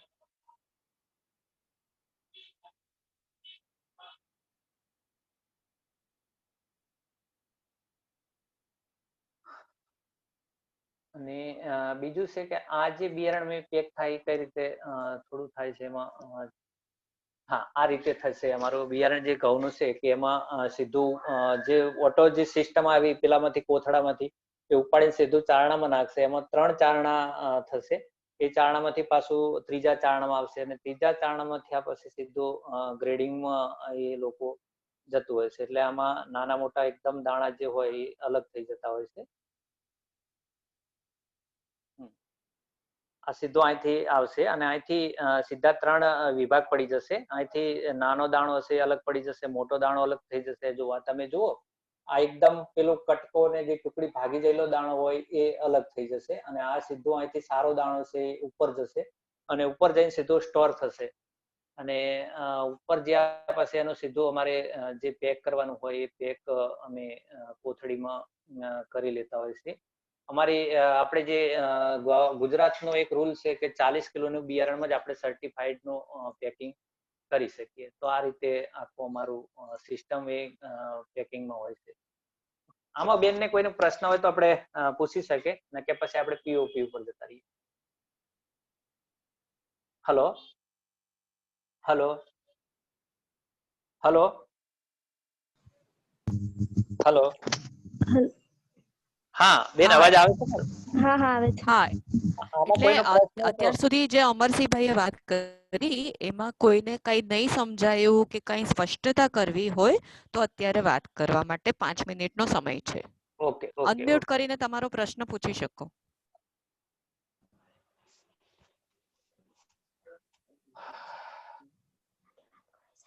સમજાણું. હા, તો જેને નહીં સમજાયું હોય કે કઈ સ્પષ્ટતા કરવી હોય તે પોતાનું રજૂઆત અહીંયા કરી શકે. Okay okay. કોઈને પ્રશ્ન હોય તો વાત કરી શકે.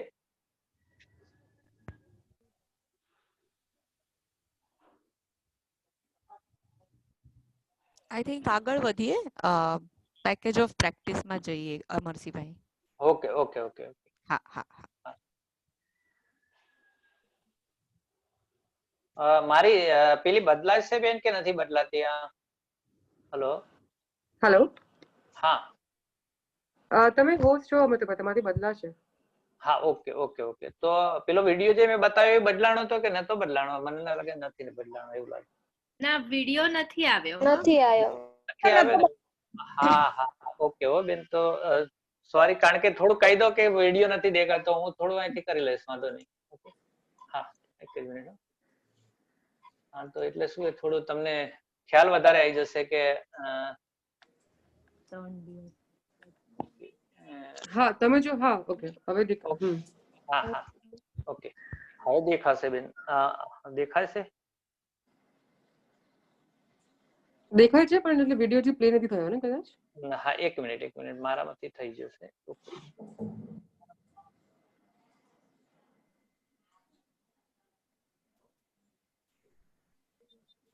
અને બીજું અમરતીભાઈ, તમે જો લેપટોપ થી વગાડતા હો તો પછી તમારે લેપટોપ તમારે ઓડિયો ઓન કરવો પડશે.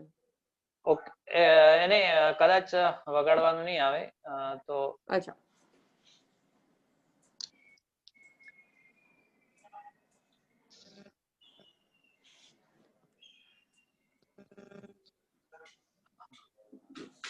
ઓકે બેન, હા,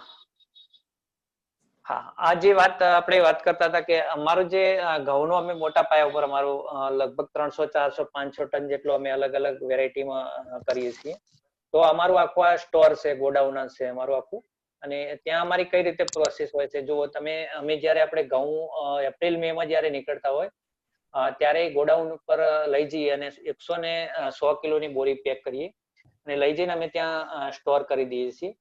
અને આ રીતે એનું આખું ત્યાં સાચવવાનું ને એ જે છે કે એને આખું અલગ અલગ પ્રોસેસ કરી અને સાચવવા માટેની પદ્ધતિ હોય છે.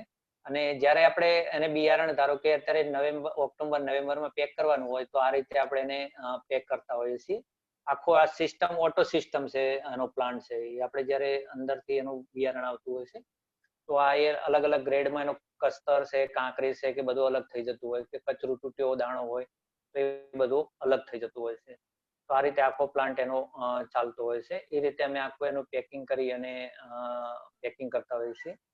40 કિલોની બેગમાં અમે એને પેક કરતા હોઈએ છીએ. તો આ રીતે અમે એને પેક કરીએ છીએ. તો અમરશીભાઈ, તમે આ અમરશીભાઈ તરીકે તમે કરો છો કે તમારી ખેડૂત મંડળી કરે છે? કેવી રીતે કરે છે? જે એફપીઓ આપણી કૃષિધન પ્રોડ્યુસર કંપની છે ને, એના વિશે ખબર નથી, 2 મિનિટ વાત કરી દો. Okay okay okay. હા બેન,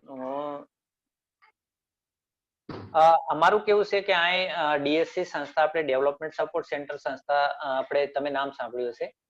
તો અમે આ એક કૃષિધન પ્રોડ્યુસર કંપની, ખેડૂતોની જ કંપની છે અને ખેડૂતો જ એને સંચાલિત કરે છે. અને બોર્ડ જે આખું છે એ કૃષિધનનું ખેડૂતોનું જ છે. અત્યારે એને બનાવવા માટેનો સપોર્ટ ડીએસસી કર્યો છે. તો અત્યારે અમે કૃષિધનમાં સીડ્સ પ્રોડક્શન માટેનું ઘઉંનું સીડ્સ પ્રોડક્શન કરીએ છીએ, મગફળીમાં કરીએ છીએ. પછી અમારું ફૂડરમાં પણ અમે રચકો છે, પછી આપણો જે સુરગમ ઘાસ છે જે આપણે કહીએ છીએ કે પાયનિયર, એ ઘાસનું પણ અમે સીડ્સ પ્રોડક્શન કરીએ છીએ. તો આ જે ઘઉંનું અમે અલગ અલગ વેરાયટીમાં કરીએ છીએ. 400 સનનું છે, 451 છે, 173 છે અને બંસીનું પણ અમે થોડું ઘણું વેરાયટીનું ઉત્પાદન કરીએ છીએ. આ જે ઘઉંનું ઉત્પાદન થયેલું એ જવાબદારી મારું એક સીડ્સ પ્રોડક્શન મેનેજર તરીકે હું કામ કરું છું અને ડીએસસી માં ટીમ લીડર તરીકે પણ કામ કરું છું.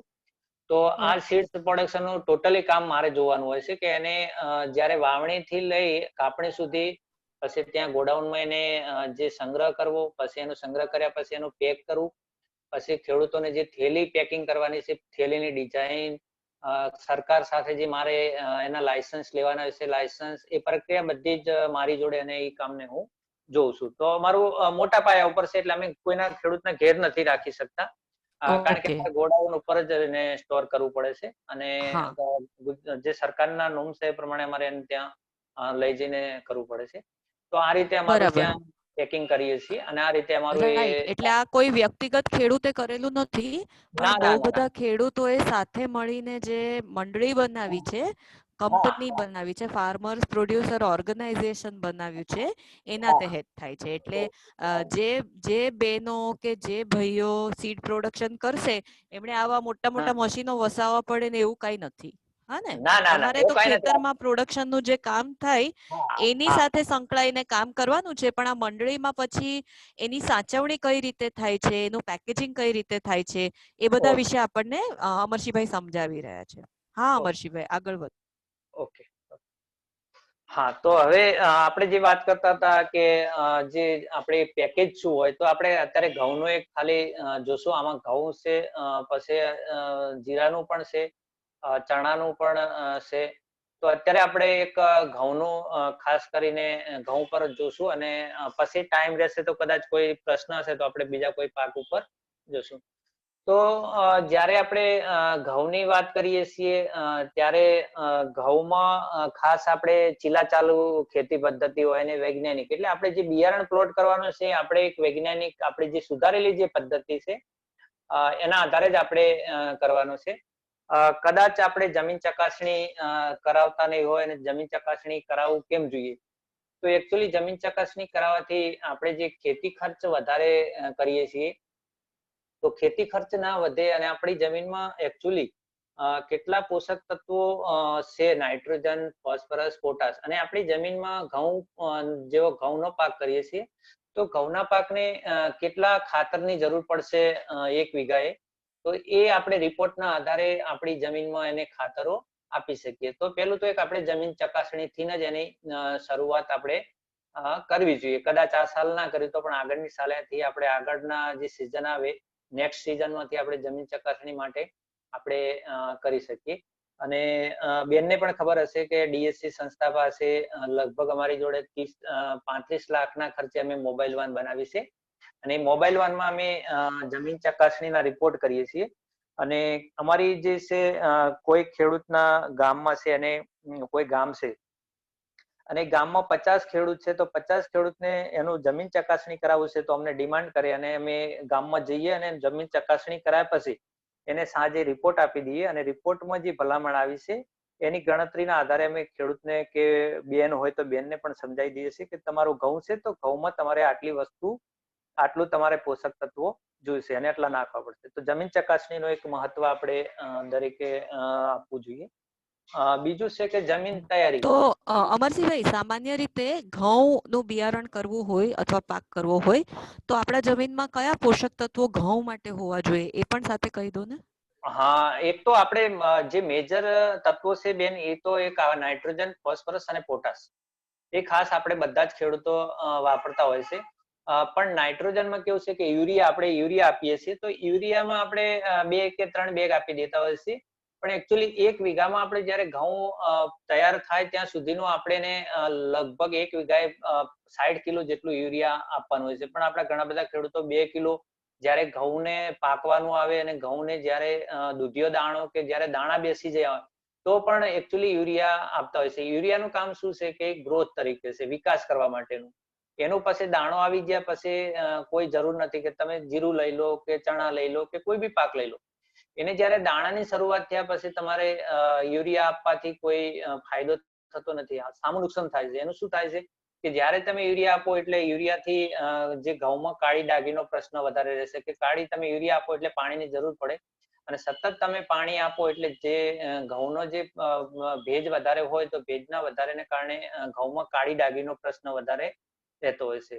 એટલે નાઇટ્રોજન, ફોસ્ફરસ, પોટાશ એટલે યુરિયા અને ડીએપી આ ટાઈમે આપણે જે આપવાનું છે એ જેટલી જરૂર છે એટલું આપવું. એનું નીચે આવશે કે કેટલી જરૂર છે એનું પણ આખું આપ્યું છે કે તમારે સેન્દ્રીય ખાતર છે, રાસાયણિક ખાતર છે કેટલું આપવાનું છે એ નીચે આખું એનું આવશે. પણ એને સલ્ફેટની પણ જરૂર છે કે આપણે જયારે છેલ્લું પાણી આપીએ ત્યારે નાઇટ્રોજન ના આપીએ, કદાચ એને ઝીંક સલ્ફેટ આપીએ તો ઝીંક સલ્ફેટમાં આપણે એમાં નાઇટ્રોજન પણ આવશે અને સલ્ફર પણ આવશે. તો સલ્ફરથી દાણાનું શું છે કે કોઈ બી દાણો હોય એમાં જે આપણે તેલીબિયાના પાકો છે એમાં તો સલ્ફરની ખાસ ચોથા તત્વ તરીકે ભલામણ છે.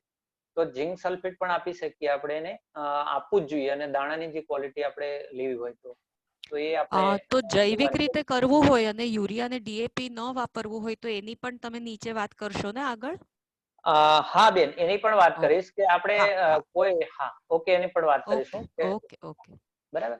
અને આપણે ઘઉંની વાત કરીએ તો ઘઉંની જે પાકને મધ્યમ કાળી, સારા નિતારવાળી અને જે વધારે ફળદ્રુપ જમીન હોય તો એ અનુકૂળ આવે. હવે આની વાત કરીએ ઘઉં અને જીરું. જીરામાં કદાચ કાળી જમીન એટલી અનુકૂળ ના આવે કે કાળી જમીનમાં તમે એકદમ વાવી દીધું અને સતત જો પાણી આપો તો જયારે ઝાકળ કે વાદળછાયું વાતાવરણ હોય તો જીરામાં આપણે ગોરાડું અને રેતાળ જમીનને વધારે અનુકૂળ આવે છે કે જીરું તમારી સારી જે એકદમ ભેજ ધારણ ઓછી કરતી હોય અને નિતાર શક્તિ વધારે હોય તો એને આપણે જીરું માટે ઉપયોગમાં લેવી. અને ઘઉંને વાવતા હોય તો કોઈક બી કાળીતર જમીન હોય તો પણ એને આપણે ચાલે. હવે જમીનને આપણે વાત કરીએ કે બેને વાત કરી કે જેમ કે આપણે એને નાઇટ્રોજન કે યુરિયા કે ડીએપી નથી નાખવું તો એને આપણે સારું કોવાયેલું છાણિયું ખાતર હોય તો એનો ઉપયોગ કરવો, વર્મી કમ્પોસ્ટ ખાતર હોય તો વર્મી કમ્પોસ્ટ ખાતરનો ઉપયોગ કરવો અને વર્મી કમ્પોસ્ટ ખાતર તમારે કોઈ બીજું ખાતર નથી વાપરવું તો વર્મી કમ્પોસ્ટ ખાતર તમારે 1 વીઘાએ મિનિમમ 8 થી 10 બેગ 50 કિલોની 8 થી 10 બેગ નાખી દો તો બીજી કોઈ તમારે ખાતર આપવાની જરૂર નથી.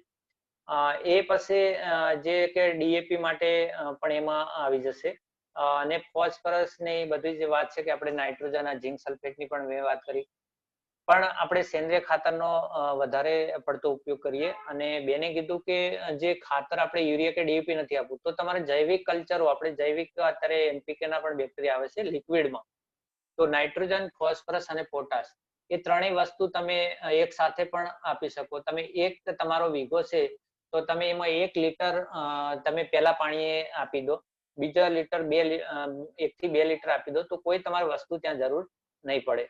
તો એમાં શું છે કે જે નાઇટ્રોજન હલો હા અમરસિંહભાઈ બોલો બોલો સંભળાય છે.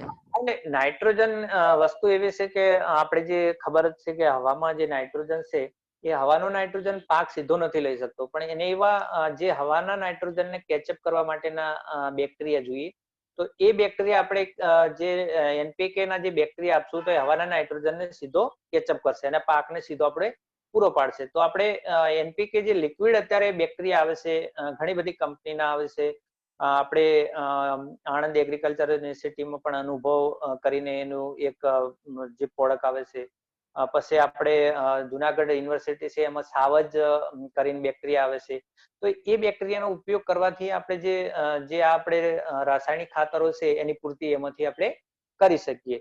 તો એ હવાનો જે નાઇટ્રોજનને સીધો કેચઅપ કરીને આપશે અને બીજું છે કે આપણી જમીનમાં જે વારંવાર જે આપણે ડીએપી અત્યારે વર્ષોથી આપતા હોઈએ છીએ તો ડીએપી નો દાણો એવો છે કે પાકને જેટલો જોઈએ એટલો એનો જે મૂળની બાજુમાં જે દાણો પડ્યો હશે એ લઈ લેશે બાકી જે જમીનના જે બંધારણમાં આવી જોઈએ એ ડીએપી નો દાણો પછી છૂટો નથી પડતો પણ એને છૂટો પાડવા માટે અને પાકને એને ખોરાક તરીકે ઉપયોગ કરી શકે એના માટે ફોસ્ફરસના બેક્ટેરિયા પાકનો જે લેવા માટેનો એ જે ફોસ્ફરસ આપણી જમીનમાં પડ્યો છે એ જમીનમાં આપણે ફોસ્ફરસને છૂટો પાડશે અને આપણા પાકને આપશે તો એ બેક્ટેરિયાનો આપણે ઉપયોગ કરવો.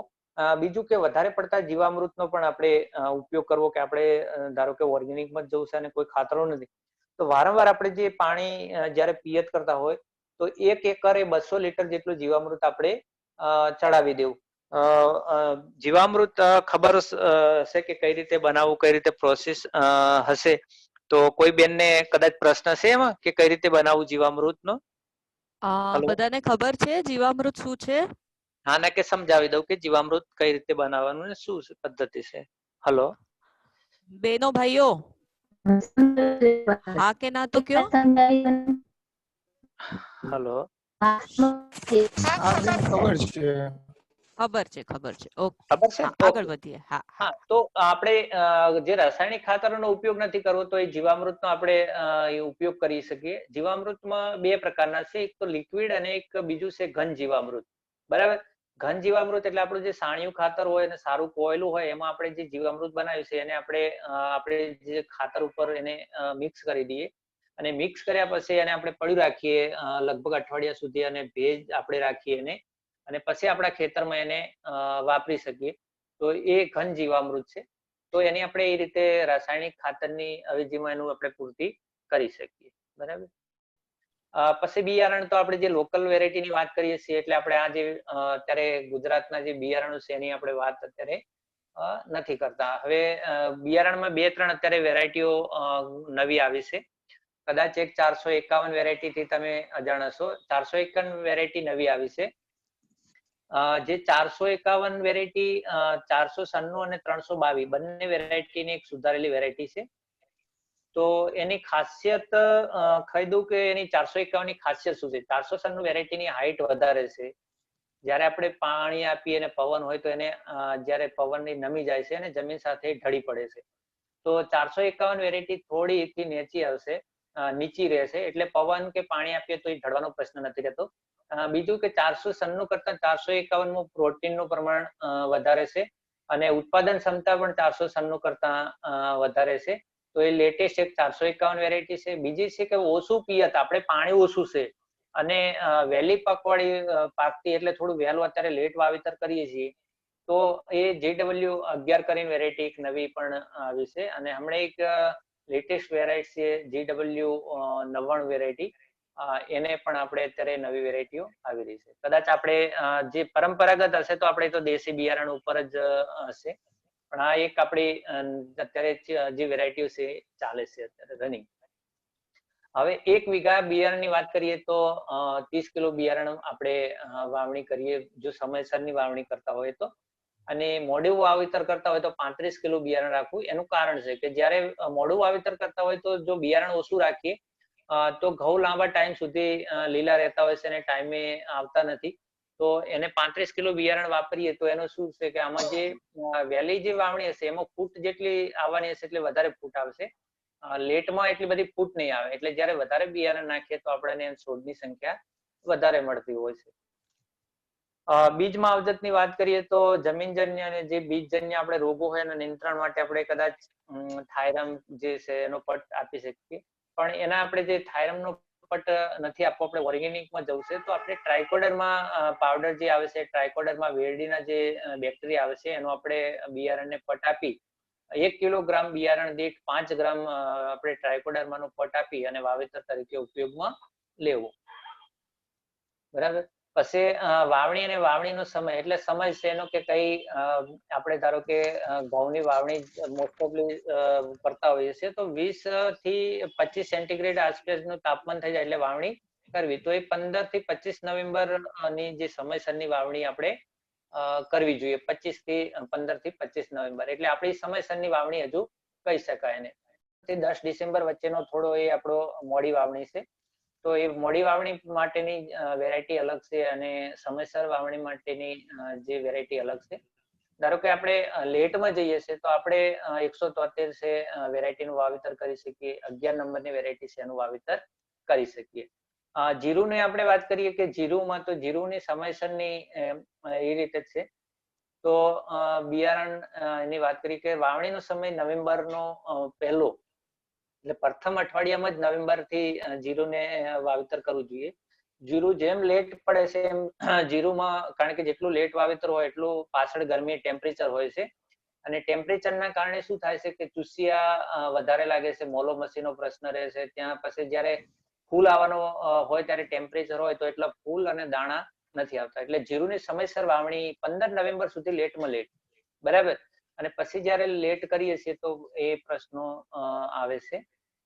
તો એ રીતે આપણે સમયસરની જીરા અને ચણામાં પણ એવું છે કે ચણામાં પણ આપણે નવેમ્બરના પહેલા અઠવાડિયાથી 15 નવેમ્બર સુધી આપણે વાવેતર કરી દેવું જોઈએ. આમ તો ઓક્ટોબરથી જ આપણે જે છેલ્લું અઠવાડિયું છે ઓક્ટોબરથી વાવણી ખેડૂતો કરતા હોય છે. 15 નવેમ્બર સુધી લેટમાં લેટ ચણાનું પણ વાવેતર આપણે કરવું જોઈએ. અને ચણાની અત્યારે લેટેસ્ટ વેરાયટીની વાત કરીએ તો ચણામાં અત્યારે 3 નંબર, ગુજરાત 3 અને ગુજરાત 5 આ વેરાયટી અત્યારે મોસ્ટ ઓફલી ગુજરાતમાં આપણે પ્રચલિત છે અને લોકો જે ખેડૂતો છે એ 3 નંબર અને 5 નંબર વેરાયટી જ વાવે છે.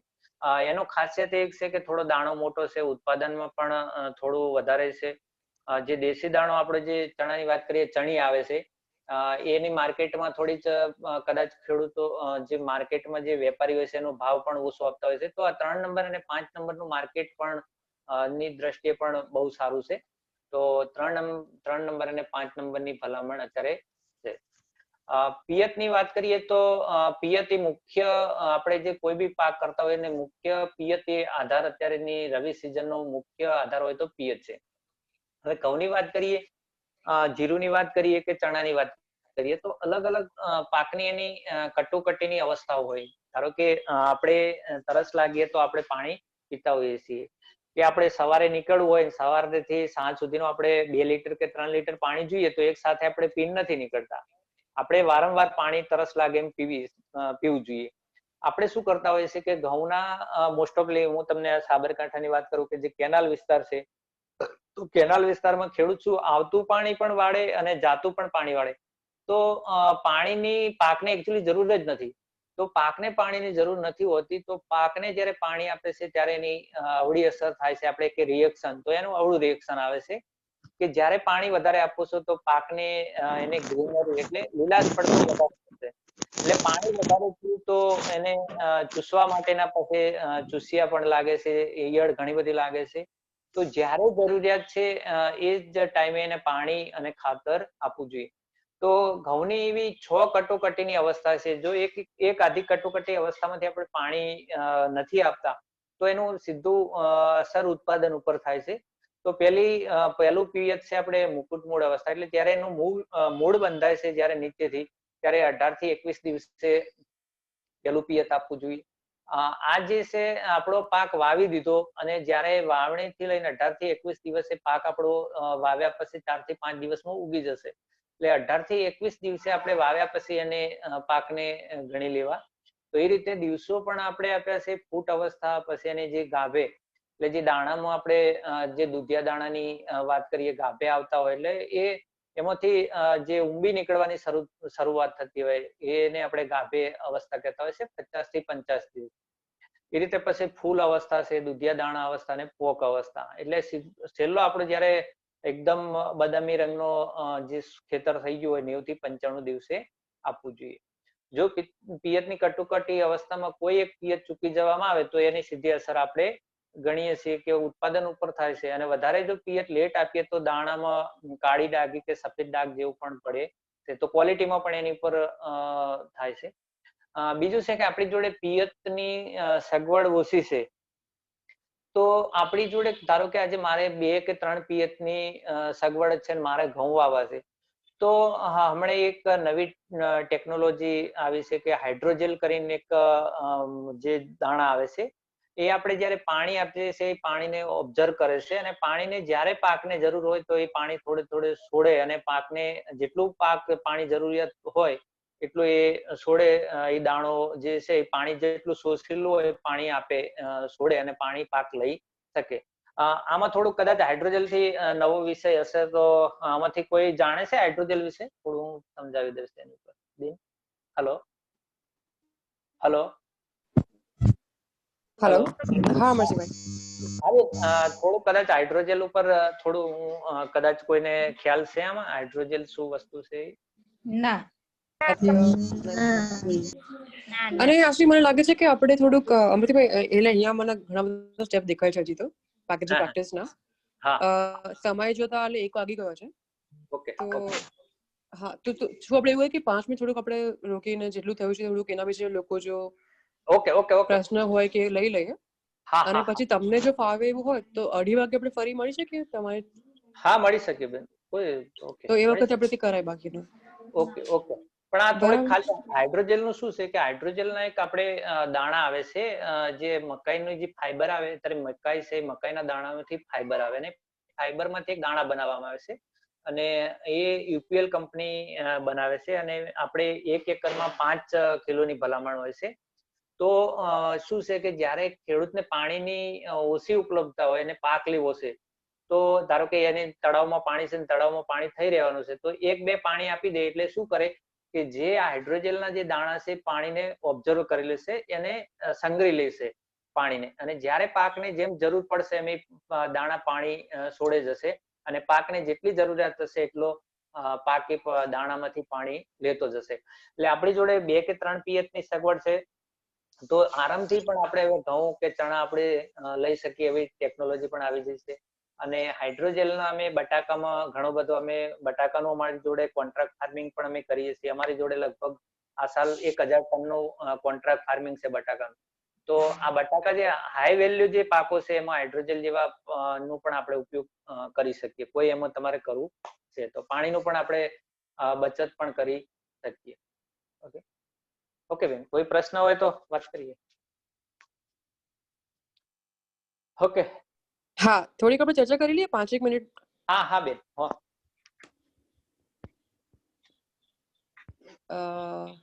સાથીઓ શું લાગે છે આપણને? ટેકનિકલ બહુ થઈ ગયું કે શું? હેલો ટેકનિકલ કોઈ છે જ નહીં બેન, હા એકદમ સાદું અને સીધું જ છે. બરોબર છે. હેલો, હા બોલો. જસીબેન, મુક્તાબેન, માવડા મહિલા સંગઠન, જસીબેન બોલું છું. બોલો. આપણે ડીએસસી સંસ્થા જોડે જે જમીન ચકાસણી માટેની જે મોબાઈલ વાન છે, શું ભાડે મળી શકે અમારા વિસ્તારમાં? ક્યારેક કોઈ જગ્યાએ ચકાસણી કરવી હોય. હા બેન, ચોક્કસ મળી શકે, ચોક્કસ મળી શકે. એટલે અમારા માટે પણ નવું જ છે એમ. જમીન ચકાસણી કરાવો પણ પછી એના રિપોર્ટ જલ્દી નથી આવતા, જે ટાઈમ જોઈએ એ ટાઈમ. તો આપણે ત્યાં તો તરત રિપોર્ટ મળી જાય છે, એટલા માટે મને આ પ્રશ્ન. ચોક્કસ બેન, તમારા ગામમાં મેં આવીને કરી શકીએ, પણ અમારી એક મર્યાદા એ છે કે તમે અમને ત્યાંથી શું છે કે કદાચ 500 સેમ્પલ કરી આપો, કારણ કે ગાડીનું શું છે કે ખર્ચો બહુ છે. એક એને 1 લીટર ડીઝલ ભરાઈએ તો 5 કિલોમીટર જાય છે, બરાબર? એટલી હેવી છે. તો અમે શું છે કે 50 કિલોમીટરની આજુબાજુ હોય તો અમે 100 સેમ્પલ હોય તો જોઈએ છે, પણ ધારો કે કોઈ કિલોમીટર વધારે થતા હોય અને ત્યાં અમે તમે પોઈન્ટ તમને આપતા હો તો તમારા ગામમાં ચોક્કસ આવીને અમે કરી દઈએ અને સાંજે રિપોર્ટ પણ આપી દઈએ, તમને રિપોર્ટ પણ સમજાવી દઈએ. તો એ રીતે પણ અમે કરી શકીએ. સંસ્થા વતી પણ કદાચ થાય તો અમે કરી શકીએ, ચોક્કસ.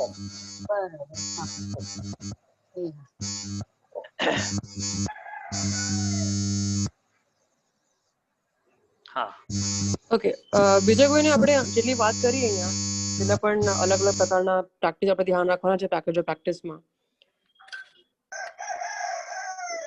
એમાં કઈ ઉમેરવું છે, કેવું છે, આપણે જે કરીએ છીએ એમાંથી અલગ ઘણું હશે, સરખું હશે,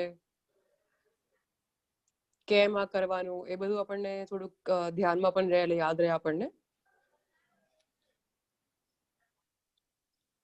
તો અલ્પાબેન, દિવ્યાબેન, ગીતાબેન, હિનાબેન. હેલો. બોલો. હેલો. હેલો, હા બોલો બોલો. હા દરિયાબેન. કે જે 400 ઘઉંની જાત કઈ ને જાત. હા.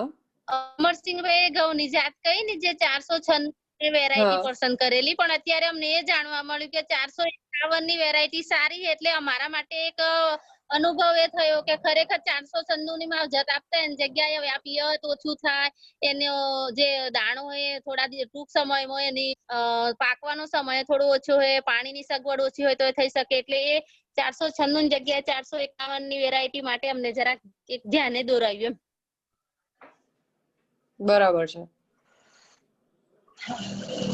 પણ આપણે તમે જે કરવાના છો બીજ ઉત્પાદન માટે, એ દેશી ઘઉં છે ને? તો કે 451 તમે કરવાના? ના, 496 કર્યા છે આપડા જે ઘઉં કર્યા ને એ 496 કર્યા છે. હા. જો પેલા ખબર હોય તો 451 લેતા એમ, પણ પેલા ખબર નથી આટલી બધી એમ. હા, તો આ કેવી રીતે તમને ખબર પડી કે તમે કોઈ કે ટેસ્ટ કર્યું છે કે તમે કેવી રીતે ખબર પડી કે આ વધારે અનુકૂળ લાગે છે તમારા વિસ્તાર માટે? જે અમારો મહીસાગર વિસ્તારનો સંતરામપુર તાલુકાનો જે વિસ્તાર છે ને, એમાં ખાસ એનોની એ છે કે જે 496 લોકવન પેલા કરતા હતા. લોકવન થેસર વખતે એ લોકોને બહુ પ્રોબ્લેમ થાય કે થેસર મળ્યું જુડવા પડે, આમાં મહેનત વધારે માંગતું હોય લોકવન. અને જે 496 માં મહેનત નથી માંગતી અને લોકોને બધાને ધ્યાને વધારે 496 ની એ હતી, એટલે અત્યારે અમને 496 પર મગજ હતું એમ, બધા બહેનોની માંગ પ્રમાણે. બરાબર. એટલે પણ આપડા એટલે બિયારણમાં ધ્યાન આવે છે કે અમુક બધા દેશી બિયારણ આપણે નથી કરતા. ના તમે લોકો નથી કરતા. હા ગૌરીબેન. બોલો. હા બોલો. પણ તમારે પ્રશ્ન છે કે આપણે જે વાત કરી એના વિશે તો થોડુંક, એટલે આપણે ખાલી આમ પુનરાવર્તન જેવું પૂછવું છે. જો પ્રશ્ન હોય તો હું કહું કે આપણે પછી લઈ લઈએ, બ્રેક પાડ્યા પછી. હા ને, એટલે યાદ રાખજો, પૂછજો ખરા. હું તમને પહેલા પૂછીશું. હા બરાબર, એટલે જ કહું છું. ના, આપણે સમય ધ્યાન રાખીએ, આપણે સમયનો, એટલે કારણ કે બધાને બ્રેકની જરૂર પડશે જ. તો આપણે સેજલબેન આપણે શું કહીએ કે પછી જ વાત કરીએ આનું?